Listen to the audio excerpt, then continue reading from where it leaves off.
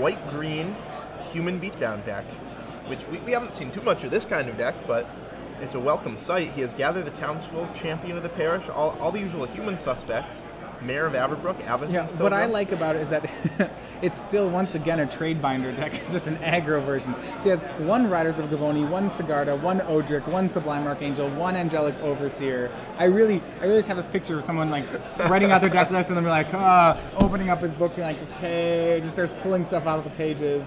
Yeah, it's like, man, I need things at the 4 and 5 slot. I picked up one of these in draft last week. It was pretty good. Yep. You know. That's great. And that's not to knock Chandler Pentecost or anyone playing these kind of decks. They're fun decks.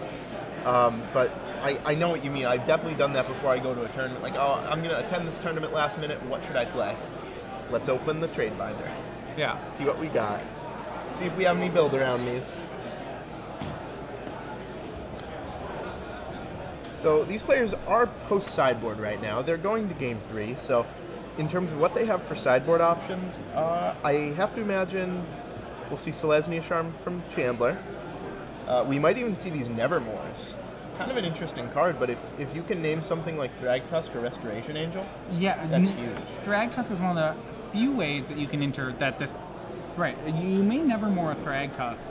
Remember, Nevermore is a pretty narrow card, but actually in a deck where it has so...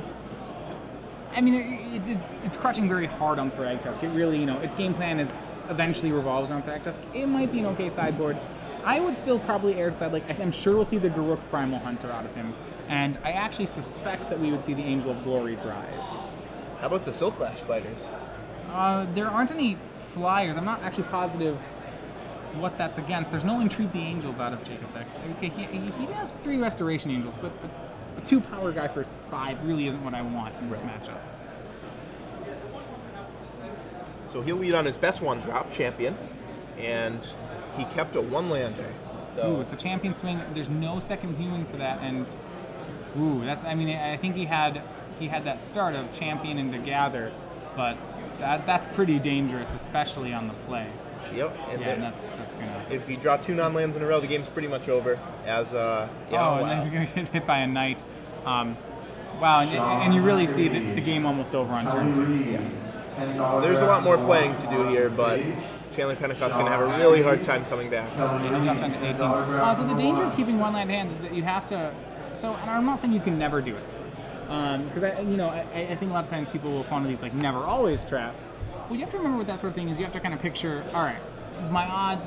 Think about the odds here. You have 1 draw to hit a land. Okay, so your deck is, I don't know. We'll say I will give you a healthy 40% to hit your land. All right, so 40% of the time I hit my land on the first turn.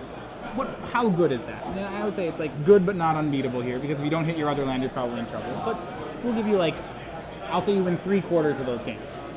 Now, what about the games where you don't hit your land right away? Like, you lose 100% of those games. Well, okay, if it's the next land, are you still dead? No, you're not still dead, but you're pretty close. If you miss 2 in a row, you're certainly dead. So the question is, when you add all those up together, maybe missing 1 land, I win a third. Missing 2 lands, I'm missing it twice, I win 0. I think when you average those out, you're only at around a 30% to win this game, which is why you mull. Yeah, and those are with pretty ambitious numbers too.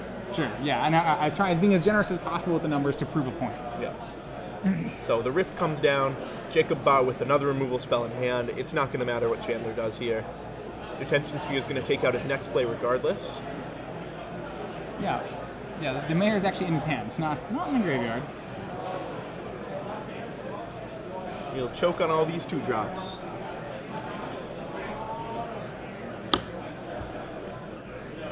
And it looks like Chandler's going to decide on Pilgrim. Avacyn's Pilgrim go. Yeah. So he's just under so much pressure, and that's a 3rd Detention Sphere from Jacob Baugh, I think. He'll just swing it. He'll offer the trade. It's Azorius Charm. That's really brutal. Pentecost drops down to 10, but won't be drawing another land this turn because he'll be drawing another Avacyn's Pilgrim. Yeah, that's... He just showed the 2 Detention Spheres, Chandler Pentecost. It's like, get me on this camera. Yeah. I win. Alright. So Jacob Baugh defeats Chandler Pentecost 2-1, moves to a record of 2-1. A good hand for Chandler there, just didn't really, didn't pan out. It was, I would say, a risk. A calculated risk. which did not pan out. Definitely a risk, and it's tough too because you're playing against a deck with Azorius Charm. So if they put your first play on top of your library, that sets you back another turn, and that's tough.